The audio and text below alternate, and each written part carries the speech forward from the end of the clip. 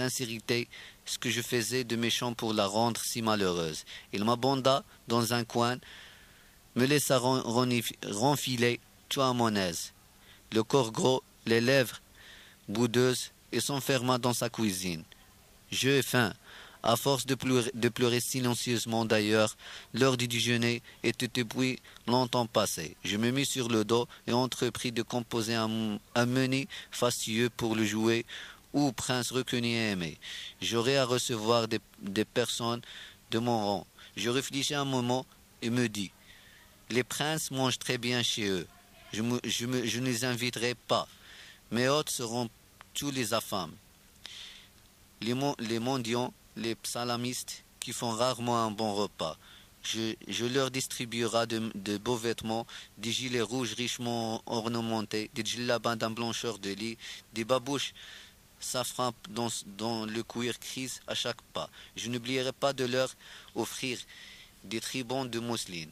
Moi, je serai habillé de blanc. Sur la tête, je mettrai le bonnet conique d'un rouge armand, apanage des gens de cour et de derviches. Des esclaves noirs ne serviront dans les plats de porcelaine. Voudrais-tu mettre son temps sillon pour manger? Je me redressai. Ma mère avait disposé la table basse sur pattes, de la viande aux navettes. Je n'aimais pas les navettes. Je pensais refuser cette pitance. Ma mère était assez malheureuse ainsi.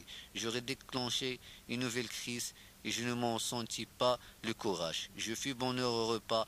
La faim qui me dévore se transforma le goût du navet en saveur exquisée. Quelqu'un sur la terrasse se mit à chanter. Des lambeaux d'une cantilène mollement balancés par le souffle du printemps naissant. Parvenu jusqu'à nous, ma mère s'arrêta de mastiquer, tendait l'oreille, le voix s'éloigna. Un instant après, il éclata en jet de lumière chaude, environ de nostalgique, comme une bouffée d'encens. Ma mère alla se pencher à la fenêtre et l'appela. Fatma Bzouia, c'est-tu qui chante ainsi? Lalla Khadija, la femme de l'oncle Uthman. Je ne comprends pas qu'il manifeste tant que gaieté alors qu'il était à épouser d'un vieillard qui pourrait être son père. Elle n'est pas malheureuse. L'oncle Uthman fait ses 4 volontés. Il la traite comme sa fille. Et-elle, comment le traite-t-elle? Nos voisines partirent d'un grand rire. Moi, je sais comment elle le traite. La vieille Mbarka, l'ancienne esclave de l'oncle Uthman, m'a raconté une histoire fort amusante. Elle est trop longue pour que je vous la répète. Répartie, Rahma, raconte-la, demandèrent toutes les femmes d'une seule voix. Rahma se fit prier un moment, puis il commença. Vous connaissez l'oncle Uthman, un homme qui avait des temps meilleurs. Ses parents lui laissaient à leur mort une grosse fortune. Et eux, une jeunesse dépouillée et mangea capital et bénéfices. Il ne lui resta que la petite maison qui s'appuie à la nôtre. Mbarka partagea la bonne et la mauvaise fortune. Si Uthman s'était marié plusieurs fois, mais aucune de ses épouses successives n'avait su en faire vraiment la conquête. La Khadija seule réussissait à la dominer, à le faire manger dans le creux de sa main comme un agneau. Il est vrai que Khadija, si elle n'a pas de fortune, possède en moins de la jeunesse et de la charme. Patientez, je n'arrive à mon histoire. J'allais m'en pencher à la fenêtre aux côtés de ma mère. Toutes les femmes avaient abandonné de leur besogne et s'accoudaient aux grilles et balustrades de leur balcon. La Kenza sortit un vieux tapis de prière, s'installa pour écouter dans le patient. Rahma, dont on ne voyait que la buste, répartit le fils de son histoire. Nous étions tout pressés de connaître la suite. Si Uthman sortit vendredi dernier de bonne heure pour faire son marché, il balança gaiement son cabas, saluait les uns la main sur le cœur, faisait de larges sourires aux autres, car il connaît tous les gens du quartier. Il arriva à Jotéa, un seul marchand de viande était ouvert. Inutile de vous dire qu'il y avait foule autour de sa boutique. C'était Slam le Niger. Il brandissa tantôt une hache impressionnante, tantôt une coutelas phénoménale. Il découpait de gros quartiers de moutons qui c'est dans les couffins et les cabas des clients. Il y avait avec bonheur échangé courtoisement des bourrades et des mots venimeux. Ce Uthman, pour attirer l'attention de Slam le Niger, il agita les deux bras, étala sur son visage un lâche sourire, hurla un ensemble de mots qui pouvaient signifier avale ton coutelas, ou bien tu mérites la boustonnade, ou plus simplement donne-moi un gigot. Le Niger, furieux, le menace de loin de sa hache et continua son travail. Tout le monde ria aux larmes. Rahma savait si bien raconter. Elle reprit heureuse de son succès. Seichman recommença son jeu un moment après. Cela montra les dents, leva haute sa hache, hésita contre le désert et l'envoya à la tête de ce client désagréable et le devoir de continuer à servir son monde. Le devoir l'emporta au grand soulagement de Seichman. Un chien comme il y en a toujours au bord de boucherie vient flairer des talons de Seichman. Ce dernier impatienté lui envoya un grand coup de pied. Sa babouche sauta, le chien s'empara, il le saisit entre ses crocs et se sauva. Seichman le suivait, clopin, clopin. Nous étions de nos pris de fou rire, et Rahma dut s'arrêter un instant avant de poursuivre. Il réussit à récupérer sa babouche. Dans les environs du pont du Ben Limdoun. De retour à Jotéa, il constata qu'il n'y avait plus de personnes devant la boucherie.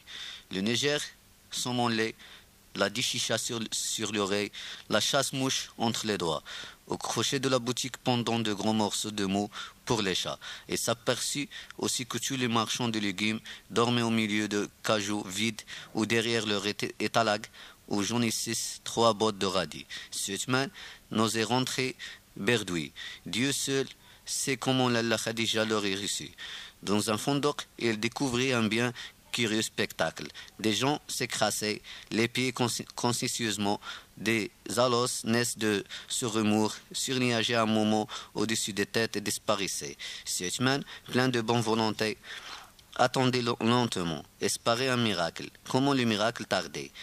Les démangeancés de son nez d'envire intolérable. Il quitte le marché pour se rendre chez le marchand de tabac le plus proche. Il expirait, s'envoyait une bonne prise dans les narines. Peut-être s'était-il un peu attardé chez le marchand de tabac. À son retour, plus de poissons et plus d'acheteurs. Les femmes hurlaient de joie, mais je trépignais d'enthousiasme. Je réclamais la suite. Continue, disait ma mère. Rahma continua. Seichman se mit en colère. Des personnes l'entendirent vociférer des injures. Il brandissait les poignets et disait: le mot du vieillard, avais-je besoin d'écouter le récit de son mariage à ce coco? Pourquoi m'a-t-il raconté la mort de sa sœur? Et qui ai-je à faire avec les fiancés de sa fille? Pour finir, Seichman reboursa chemin chez le marchand de manches du petit carrefour de la rue Sarah. Il tomba en arrêt devant une magnifique rose. Il pensa qu'il l'offrait à la Khadija. Il lui pardonnerait de rien rapporter de comestible. J'étais dans la rue quand il entra chez lui, fier de sa belle rose qui embaumait, et j'ai assisté de mes yeux de dénuement. Il entra, puis la porte se revit presque immédiatement. La rose s'écrasa à mi-pied. Puis le tire-bon de Seichman vint la rejoindre, suivi d'un Seichman pâle et défait. Elle ramassa son couvre-chef, prit la rose qu'il respirait longuement et me voyait là, qu'il a dévisagé. Il me gratifia d'un large sourire. Nous rions à notre ordre. Rahma termina ainsi. La rose, le tire-mot et l'attitude de Seichman m'intriguèrent et j'ai demandé à Mbarka ce qui était arrivé. J'ai appris comment la Khadija traitait son vieux mari.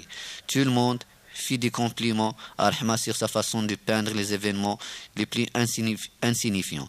C'est propre à vue du sel. Le récit de Rahma m'obséda toute la soirée. La nuit, j'y rêvais encore. Les femmes de la maison s'achetèrent tous les tambourins, des bindir et des tambours de basque. Chaque de ces instruments avait sa forme, son langage particulier.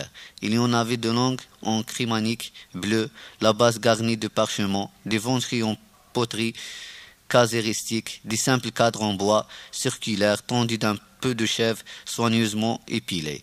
Ma mère fit l'acquisition d'un de ces tambours au bendir et l'essaya, des coups graves et des coups secs combinés avec art, parlerait d'un dialecte rude, mélange de soleil et de vent de haute montagne.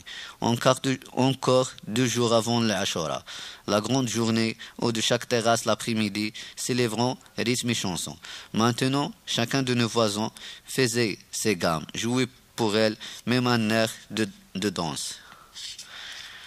Accompagné de fiortures, de mots murmurés à mi-voix, Zineb tapait comme une sourde sur un minuscule tambourin de l'apoxy. La vieille son mère m'avait offert une trompette trifriste en fer blanc, bariolée de toutes les couleurs. J'ai tiré de temps à autre un gémissant nassillard qui se terminerait par un cri rauque de fauve en colère. J'ai compté d'ailleurs sur d'autres jouets pour le jour de la même de la Ashura. Je désirais un tambour en terre cuite, en forme de sablier et un hocher décoré de fleurs. Je me contentais pour le moment de ma trompette. Elle éclatait au milieu de tous les bruits de la maison comme un cri d'alarme, parfois comme un cingolo d'agenouissement. Ma mère me pria de monter sur la terrasse Brertu à mon aise. Dans toute la vie, les femmes essayent leur tambourin, un bourdonnement sourd couvrait l'espace. Je gonflais mes jouets et soufflais de toutes mes forces dans ma longue trompette. Le son s'étrangla et j'eus l'impression d'entendre un bébé qui perce ses premiers dents. Le chat de Zineb s'emmoulait au soleil. Il fit un saut d'épouvante, faillit perdre l'équilibre, tomber du haut du mur, se demeure favorite. Il m'abonda la terrasse et se gonfla dans une gouttière. Une tête inquiète surgit de fait du mur, mitoyen et disparut. Ma mère me rappelait déjà. Je descendis pour le rejoindre. Un de tes camarades, envoyé par le maître d'école, datant dans le patio, me dit-elle, prends tes babouches et va le rejoindre. Le frère a besoin de toi. J'abandonnai ma trompette avec regret avec regret de l'escalier pour retrouver mon condisciple.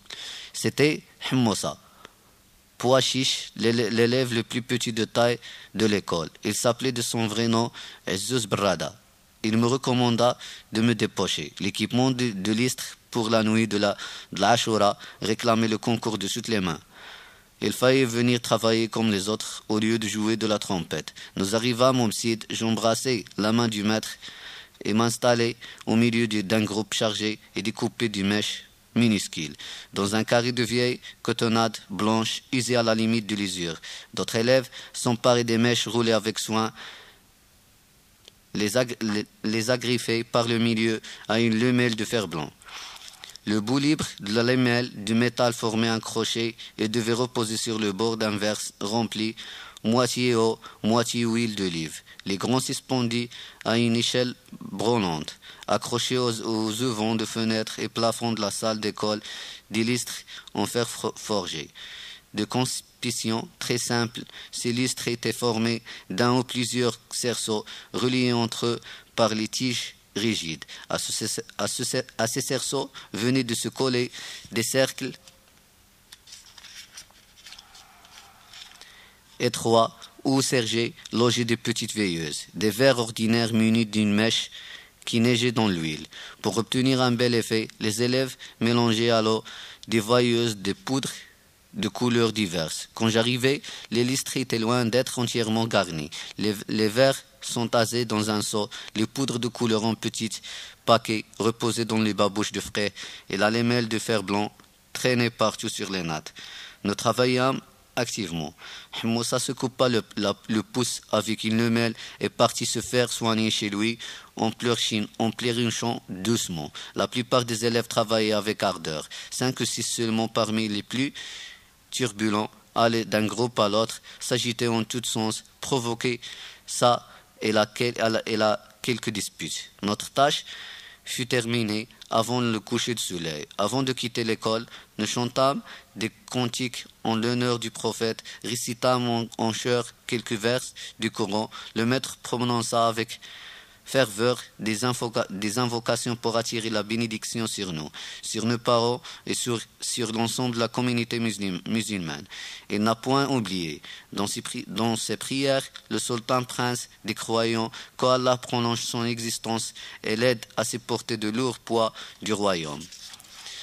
Nous restâmes silencieuses, à attendre que le maître ne fit signe de partir. Mon tour vint assez rapidement. J'ai baisé la main du maître, enfilé mes babouches et sorti. À la maison, je trouvais ma mère très ennuyée. Il n'y avait plus de pétrole dans la lampe.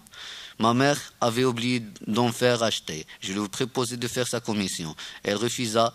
Driss Leouad rentra. Ma mère descendit au premier. Je l'entendais chuchoter sur le palier de Rahma. Le pas de Driss Leouad retira de nouveau dans l'escalier. Il avait accepté de rendre service à ma mère. De la rue me parvint la voix grêle d'un vendeur de bougies. Des bougies, des allumettes, criait-il. Nous nous servions plus de bougies. C'était bon pour les gens pauvres, sans argent, ceux qui me peuvent se payer une belle lampe munie d'une glace pour refléter la lumière. Bon aussi les personnages arrière qui craignaient les exploitations, la fumée et la mauvaise odeur, autant d'inconvénients qui n'existent que dans leur imagination. La nuit tombe brusquement, nous attendions impatiemment le retour de notre voisin pour éclairer la chambre. Quelqu'un toussa à la porte d'entrée de la maison. Driss Leouad demanda s'il n'y avait personne sur son passage. Ma mère se précipita chez Rahma, ramenait sa bouteille à moitié pleine de pétrole. À la lumière d'un bout de chandelle, il divisa le bec, remplit la lampe, nettoya la mèche de son charbon et alluma. Soirée de bénédiction, lui dis-je. Que ta soirée soit bénie, me répondait ma mère.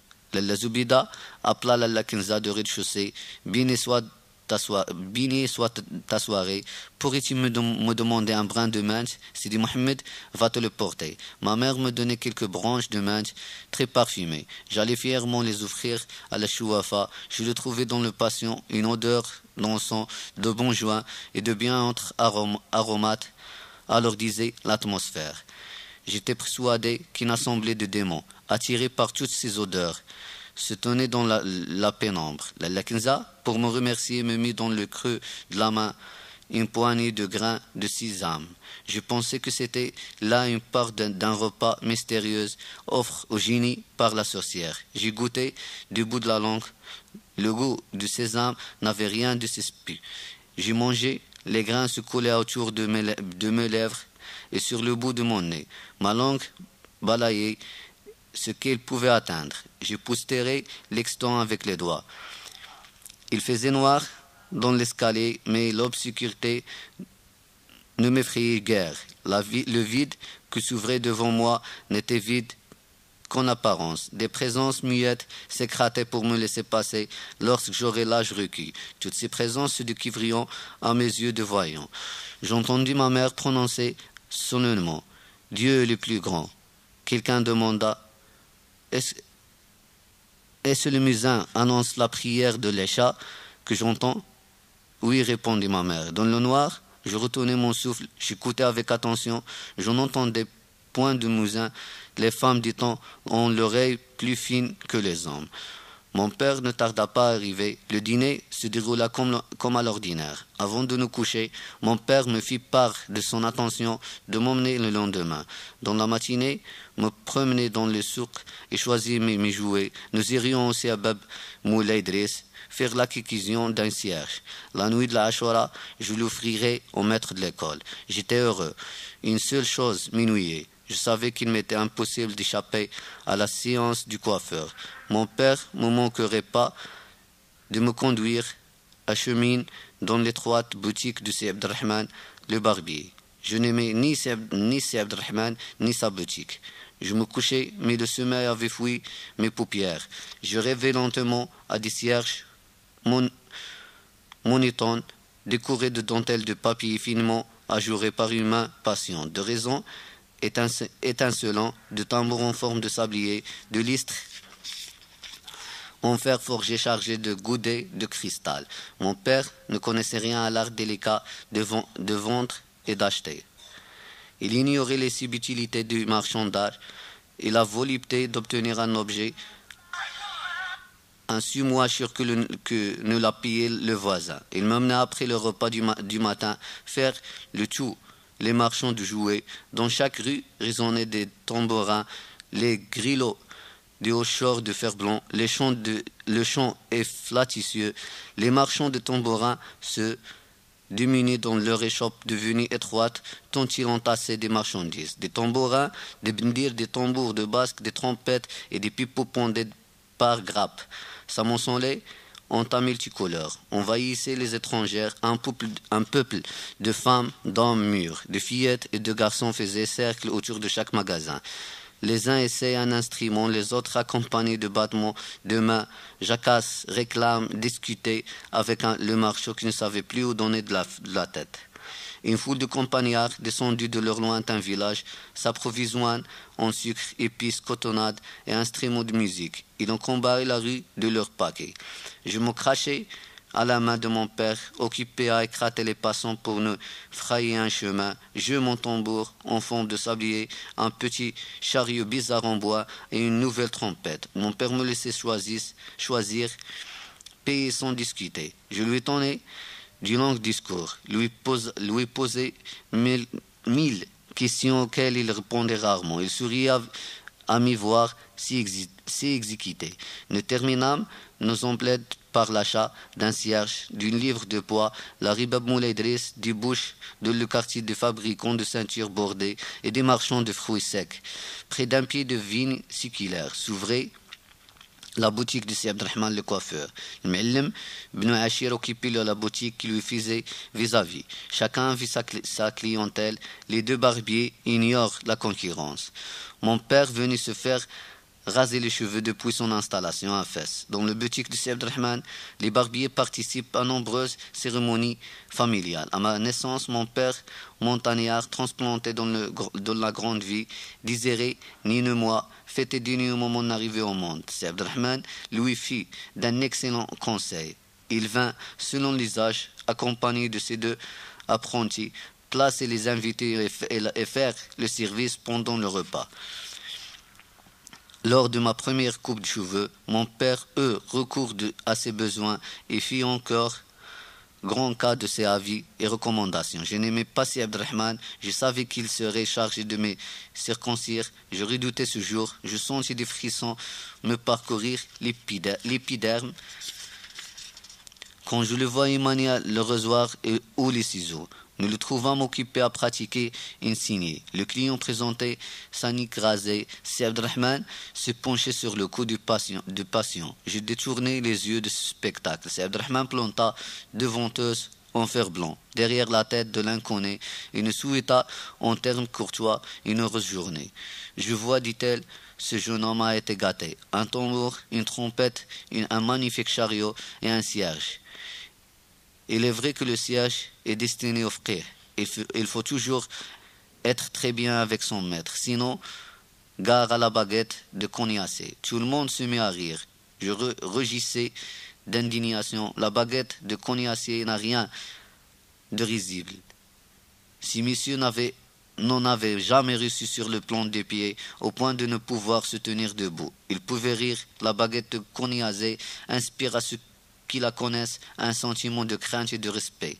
Un homme sec avec une barbe de bouc et un turban monumental se leva le rideau d'entrée.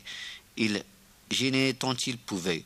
Pour tout le saluer, il se contenta de hocher la tête d'un mouvement affirmatif. Il s'écroula entre les accoudoirs d'une chaise rigide et continua à gaindre. « Tu me parais encore bien fatigué, oncle Hamad. Puis-je t'être utile, Si Abdelrahman, je veux dormir. » Ne prononce pas de telles paroles indignes d'un musulman. Allah seul connaît les secrets de la vie et de la mort. De quoi souffres-tu? Je ne souffre pas. Seulement la nuit, mes respirations deviennent courtes. J'étouffe et mon cœur se gonfle d'angoisse. Il te faut un fortifiant. Oncle Hamad, je connais une recette très efficace. Pourras-tu ton souvenir? Ma mémoire est intacte. C'est le cœur, te dis-je, qui faiblit. Donne-moi vite cette recette. Elle est simple. Demande aux gens de ta maison de faire frire dans du beurre un oignon blanc finement haché. Mélange à cet oignon frit 2 cuillères de miel, de l'anis et de grains de sésame. Ajoute de grains et de cannelle. Parfume l'ensemble avec 3 clous de girofle. Si tu absorbes une bouchée chaque matin de ce remède, tes malaises disparaîtront.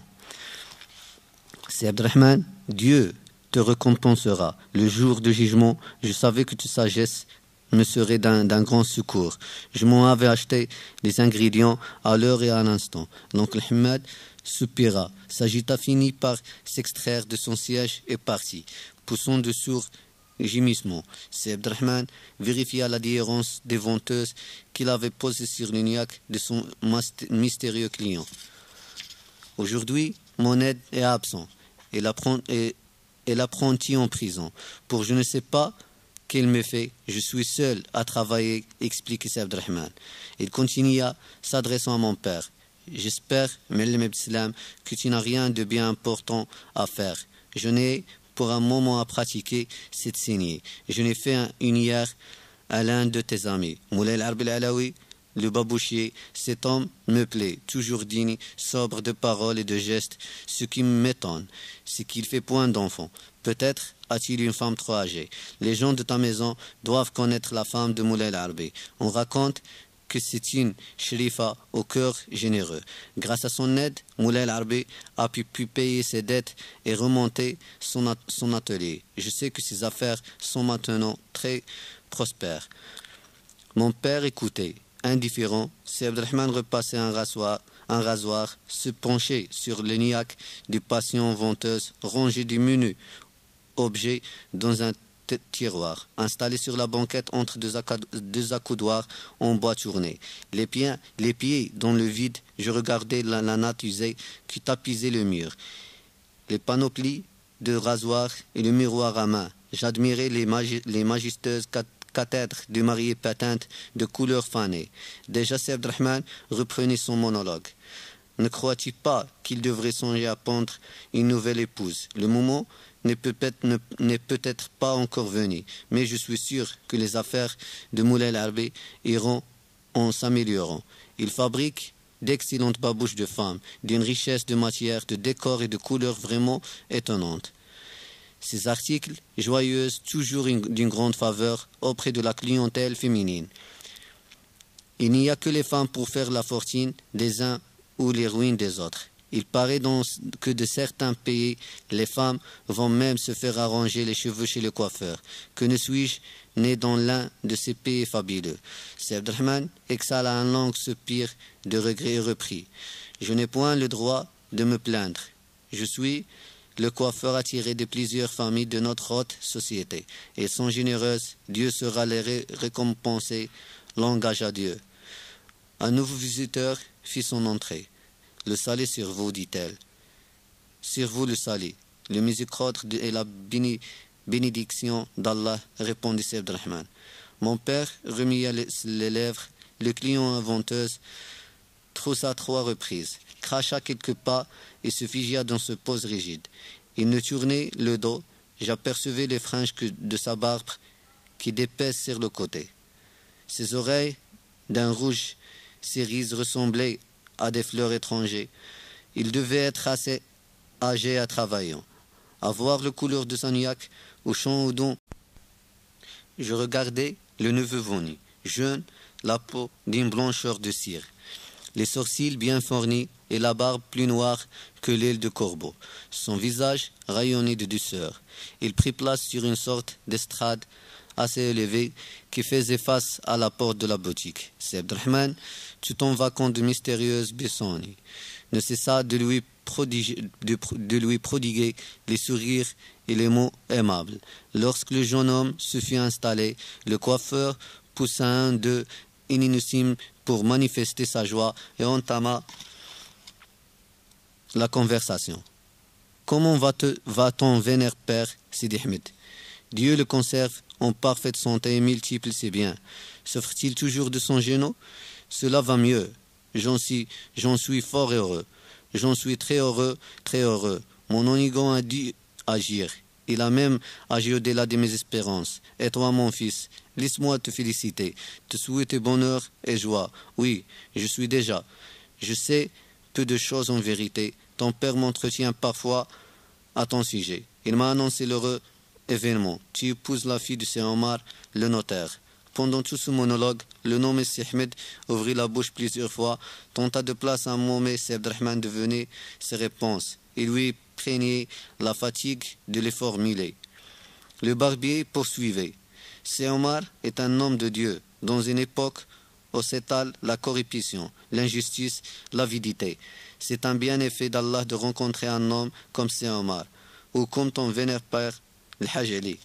Il se tourna vers mon père, puis pour le renoncer. Sidi Ahmed est le fils de Hajj Ali al-Amrani, le marchand de thé du quartier Sarah.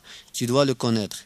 Si, tu dois le connaître. Il a fait 3 fois le pèlerinage au lieu saint. Par 3 fois, il toucha la pierre noire. Je prie Dieu de m'accorder le faveur d'être au paradis, le voisin d'un homme aussi pieux. Sidi Ahmed va épouser la fille de Sir Omar le notaire. Sir Omar possède, outre la silence, la sagesse et la courtoisie. Des biens matériels, Dieu augmentera sa fortune. Il s'adressa à Sidi Ahmed. Que deviennent tes études? Je te connais bébé, te voilà maintenant un savant. Je ne suis qu'un mendiant de la science, dit enfin Sidi Ahmed. Il plaça cette phrase par surprise. Sidi Abdelrahman cessait l'embûchure dans ses venteuses. Il ajouta, profitant toujours du silence forcé du barbier. Sidi Abdelrahman, tu en sais certainement plus long que moi sur mon mariage. Mes parents s'occupent de cette affaire, je n'ai pas mon mot à dire. Depuis quand est réparti le coiffeur, les jeunes gens ont-ils leur mot à dire quand il s'agit de ces graves problèmes? Ils ont parfois de l'instruction, mais une instruction glanée dans les livres et sur les lèvres de leur maître. Il leur manque l'expérience des gens mûrs, deux points de comparaison. La connaissance des hommes, se marier ne consiste pas à passer des charmantes soirées avec une jeune et jolie femme. Se marier veut dire qu'il ne veut rien de parenté avec une autre famille. Avoir de beaux enfants capables de venir en aide dans notre vieillesse. J'ai une fille en âge d'être mariée. Mon futur gendre sera un peu mon fils. Moi qui ai toujours désiré un fils. Si Abdelrahman retira les venteuses, alla les vider derrière un rideau sur la niaque du client, parfaite de grosses filures sanguinolentes. Les barbiers sont pressés de les garnir de coton et vin vers moi. Je vais commencer par cet enfant qui doit s'ennuyer. Il préférait sans doute être dans la rue. Tout en m'enveloppant d'une large serviette raillée rouge et jaune, il continua en ce terme. Je le comprends. La rue, avec la foule et ses odeurs, la foule et ses appels, la foule et ses murmures, ses chants, ses lamentations et ses disputes et ses cris d'enfants. La rue avec ses places qu'embarquage la vigne et la plante. La rue qui rêve, qui chante et qui boude. Maintenant, il me savonna la tête et la forté des plats de ses 2 mains. Son regard était vague. Il reprit son hymne à la rue. La rue entretient le petit âne gris, où vagabondaient les chats enflaqués, où tourbillon des vols de moineaux. La rue qui traverse dignement une couple de pigeons en plumage irisé. Cette rue, avec ses cortèges de fêtes et ses cortèges d'entremont réservés à ses amoureux, ses sourires, les plis tendres, les enveloppes d'une tiédeur de sein maternel, se part pour eux seuls, de couleurs délicates et de lumière rare. Tu es un poète, c'est Abdelrahman, s'écria Sidi Ahmed, par Allah. J'ai jamais rien lui d'aussi beau sur la rue. Comment puis-je être poète alors que je suis à peine lire et écrire? Non, j'aime simplement notre bonne vie de fesses. La rue pour moi, un perpétuel spectacle. Tu sais, joliment, on parlait de mon père, c'est Islam, on parle toujours bien de choses. Qu'on aime une vulgaire garguilotte de terre cuite peut provoquer l'enthousiasme d'un amateur de gargoulettes et la transformer en ce qui Sidi Ahmed appelle un poète. Si Abdelrahman choisit un rasoir avec un manche d'ébène, le repassa sur une pierre galliante d'huile, l'essaya avec soin, l'essaya sur son ongle avant d'entreprendre de me raser la tête, et commença au sommet du crâne, m'obliger à baiser le nez jusqu'à genoux, racla à petits coups le duvet de maniaque. Il revint ensuite au côté, fit le tour de la mèche qui pendait sur mon oreille droite. Le rasoir me brûlait un peu. Je ne disais rien. Je n'écoutais même la conversation et une torpeur m'envahit. Je finis par m'endormir. Ma fête s'en alla de travers la lame, m'en mordit légèrement. Je me réveillai en sursaut. Le coiffeur discutait toujours. Des gouttes de sueur couvraient mon front, dégoulinait de l'ongle de mon nez et s'arrêtait enfin. Épousseta mon visage et mon cou à l'aide d'une serviette et me démoîta. Je me sentis léger, comme un saignant blanc.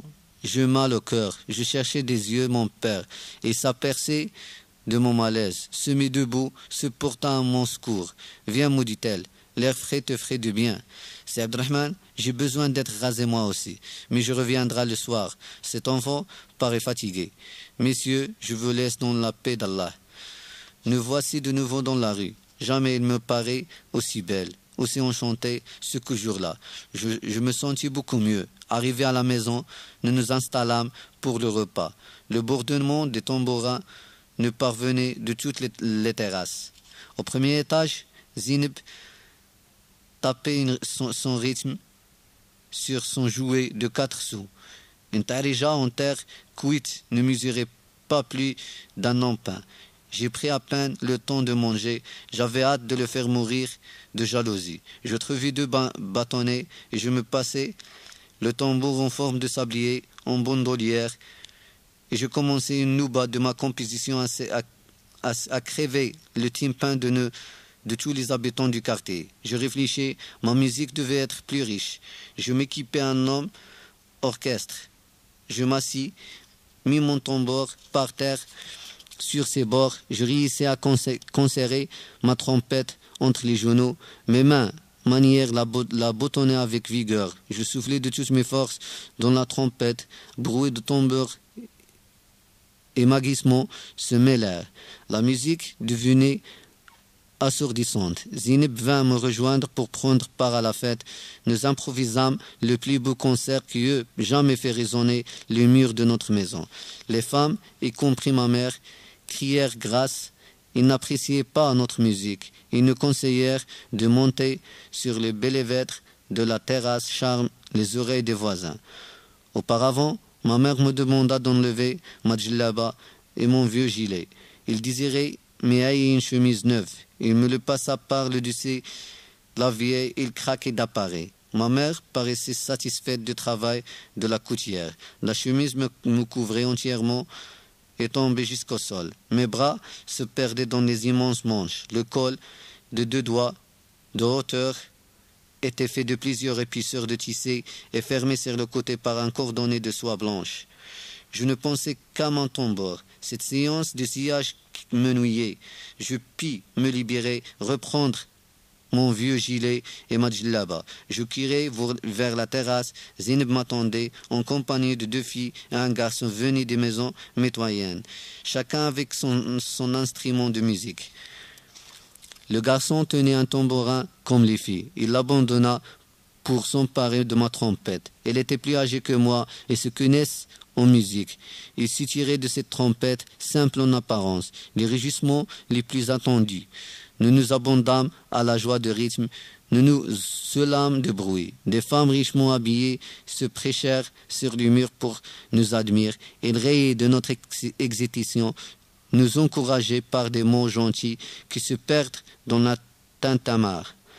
Nous jouâmes jusqu'à coucher du soleil. Ma mère vint me chercher. À l'entendre, je m'étais assez amusé ce soir. Il fallait venir dîner et me coucher. Il comptait me réveiller à la première heure du jour pour aller au Msid, commencer l'année dans la joie.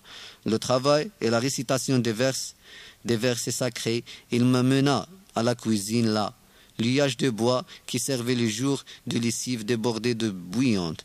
Pour rendre cette eau moins brillante, il est versé un seau d'eau fraîche, il me déshabilla, me prolongea dans ce savant mélange. La respiration coupée, je me mis à hurler, à me débattre afin d'échapper aux mains de ma mère qui me frottait vigoureusement. À l'aide d'une rondelle de liège, emprisonnée dans un tissu particulièrement riche. Une fois lavé, je mangeais quelques bouchées de pain trempé dans la sauce d'un plat de viande au citron. Je m'allongeais sur mon matelas. Ma mère entendit sur moi une chaude couverture. Je ne tardais pas à sombrer dans le noir. Un noir peuplé de petites filles, taquins et bêtes et de barbiers bavards. La voix de ma mère me tira des profondeurs du sommeil. Je nageais un bon moment dans une lumière rouge parcourue d'étincelles et d'astres errants. Puis j'ouvris les yeux, vite ils les refermerai, espérant de retrouver le noir qui se reposant et s'effraie. La voix insistait. « Réveille-toi !»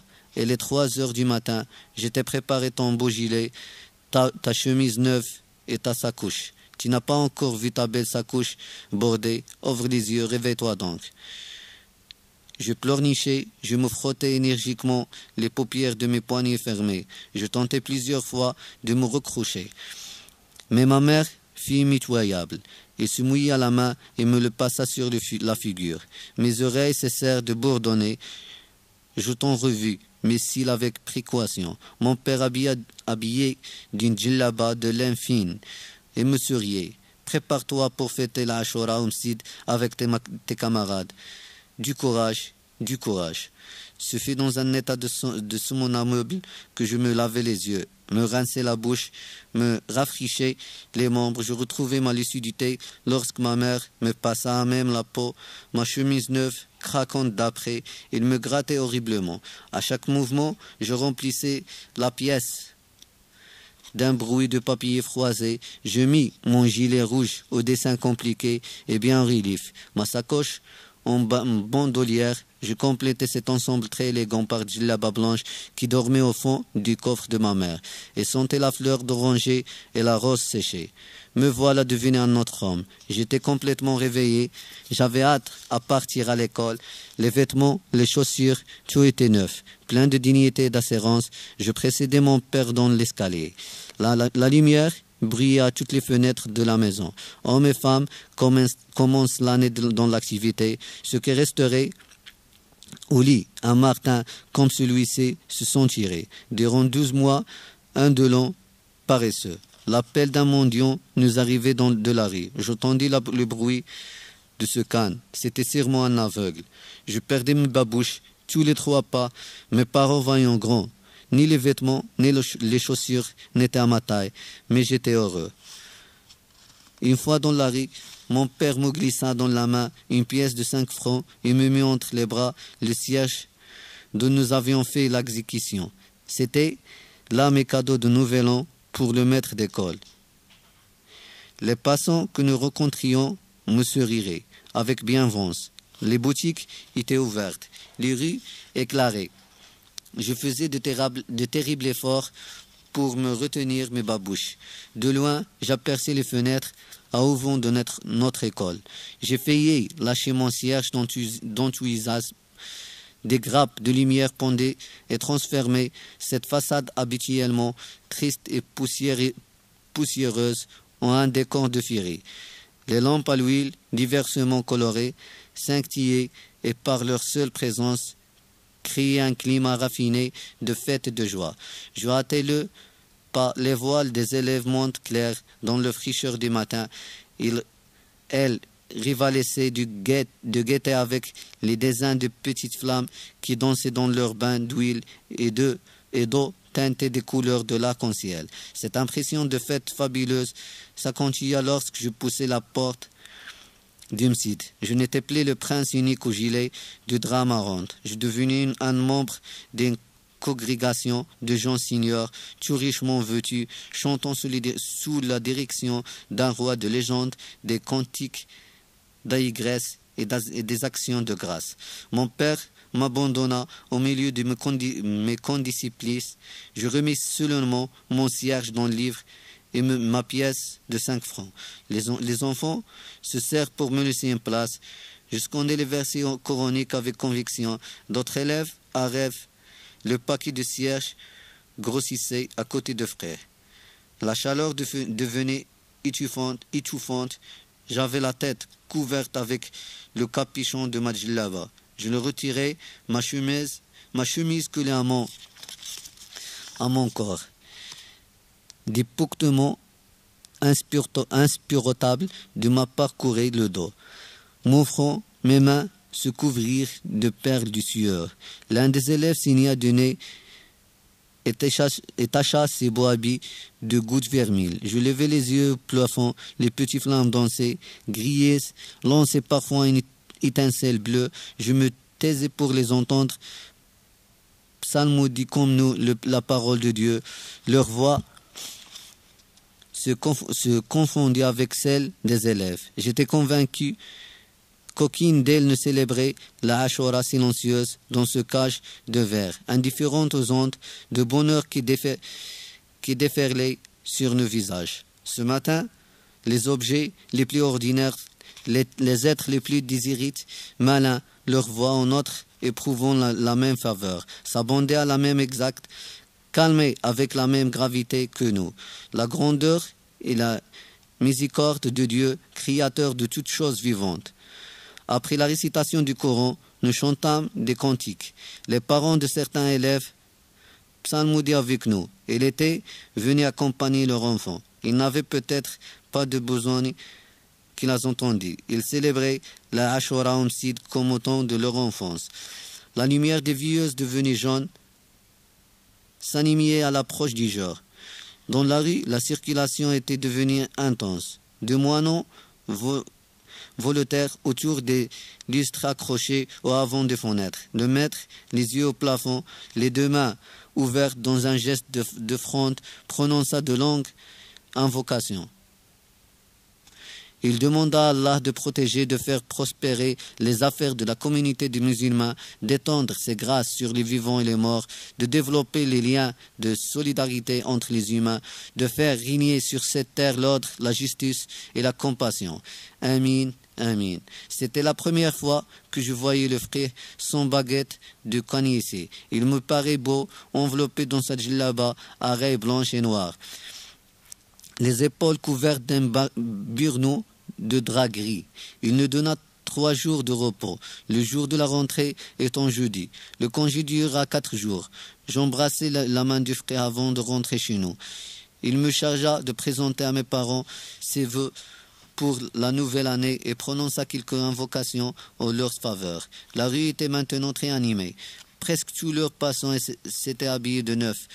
Les uns revenus du marché chargés de paniers d'alpha qu'il fit tenir écartés pour ne point salir leur beau effet. D'autres flânaient désouvrés. Ma mère avait sorti une belle mansoria en voile fin, ornée de railleurs de satin jaune, et s'était coiffée d'un foulard noir à longues frangles multicolorées. Le bouilloire chante. Mes parents attendaient mon retour pour déjeuner. Ma mère avait cuisiné une pile de galettes en pâte fouettée, de forme carrée, et les enduisait de beurre frais et de miel. C'était un délice. Je pris 2 grands verres de thé à l'amande. Pendant le repas, mes parents établirent un programme pour la journée. Le matin, mon père se proposait d'amener à Moulay Idriss, le patron de la vieille, après la prière en commun. Nous reviendrons déjeuner. L'après-midi, j'accompagnerai ma mère chez notre ami Laïcha. J'aurai le droit d'emporter avec moi l'une de mes trompettes. Le tambour, en peu fragile, risque de se casser en route. Ma bonne étoile, on décida autrement.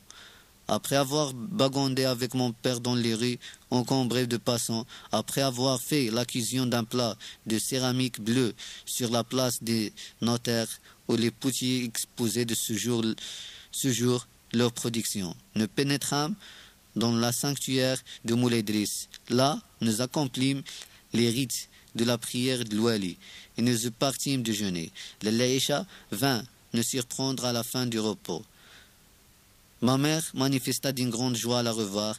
Les deux femmes se prodigèrent mutuellement des baisses pointues, des formules de politesse et des mots aimables. Mon père les laissa à leur effusion disparus. J'avais une envie folle de joie et de tambour, d'où lancer quelques bouglements avec ma trompette, mais je savais que ma mère me déterrait par de tels débordements.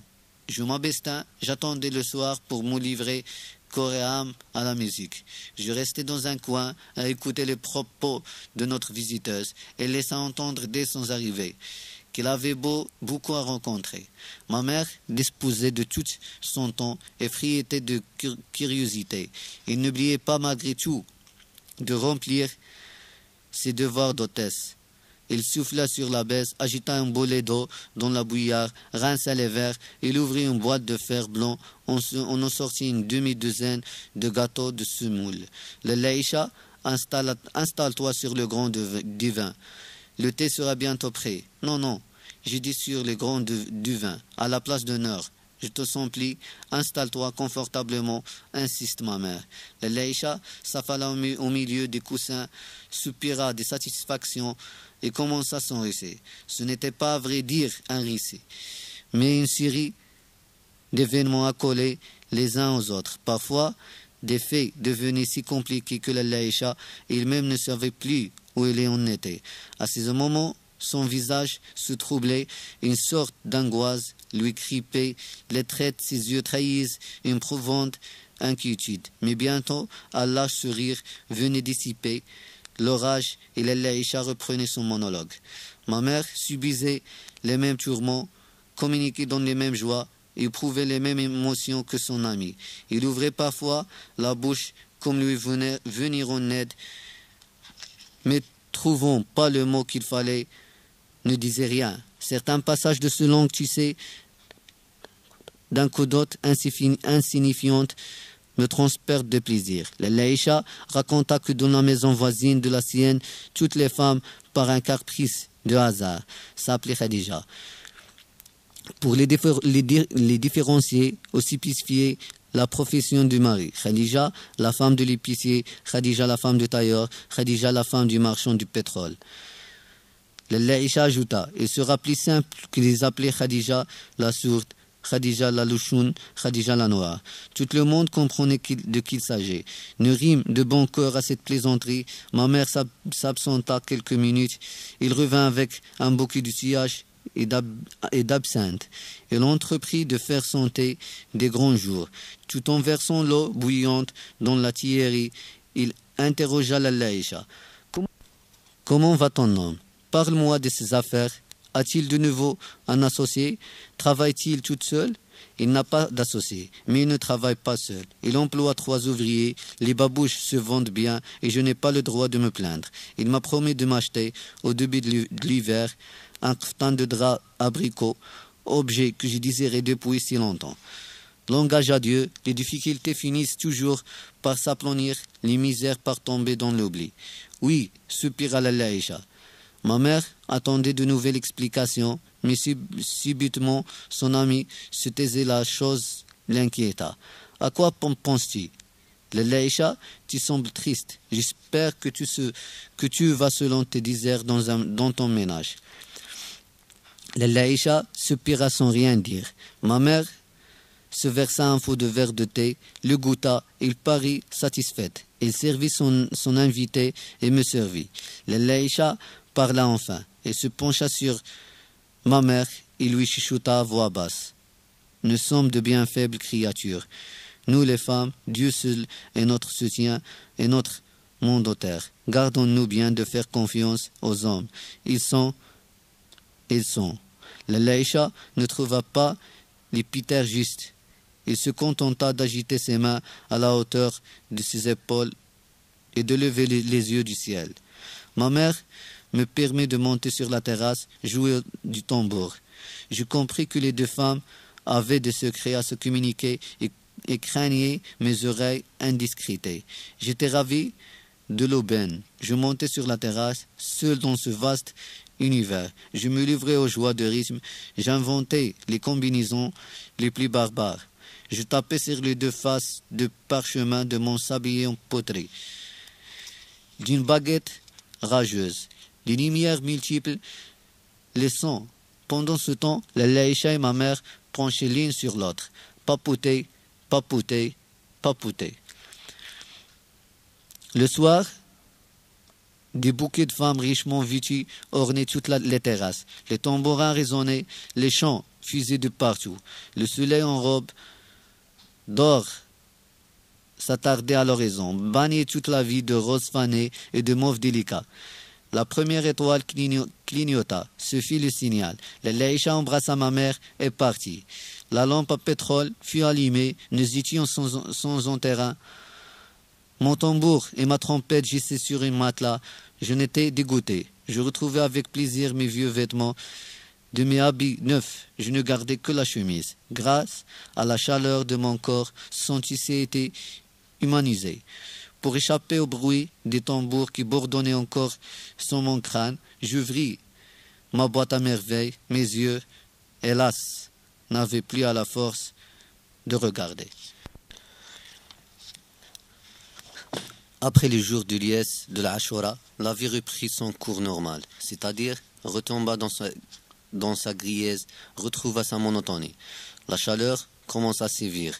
Des colonnes, des mouches envahirent la maison, la remplirent de leur bourdonnement, l'orener de leur chouir. Les punaises qui sommeillent dans les vieilles boisseries firent leur apparition. C'étaient de pauvres punaises épuisées par la jeûne et le froid de l'hiver. Elle était d'un brun poussiéreux et toute plate, qu'on vidait de leur sang. Quand nous nous installâmes dans cette pièce, leur tire-bouche jouait ici d'une grande propriété. Ma mère leur déclara une guerre totale. Elle utilisa tous les moyens pour en venir à bout. Elle employa des méthodes brutales, chaud-vivre, soufre, pétrole, usage pratique plus sournoise, talisman, poudre, divers achetés chez un faiseur du miracle. Invocation, seules quelques familles avaient résisté au massacre. Leurs membres dégénèrent traînant une existence montable de langues de chevrons et de solives de notre plafond. Ils ne se reproduisent plus et comme par advertence, l'un de s'aventure loin des hauteurs. Ils se savaient condamnés. Venir à portée des doigts de l'homme était une manière de suicide, une façon comme une autre d'en finir, de fuir au plus vite ce monde et ses misères. Cependant, les mouches prospéraient de jour en jour. Tous les matins, ma mère les chassait.